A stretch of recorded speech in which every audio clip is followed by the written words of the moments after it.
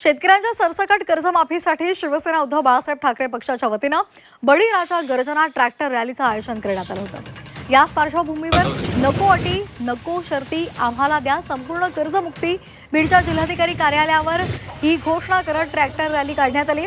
या रॅलीमध्ये मोठ्या प्रमाणात ट्रॅक्टर घेऊन शिवसेना पदाधिकाऱ्यांसह कार्यकर्ते आणि शेतकरी सहभागी झालेले होते।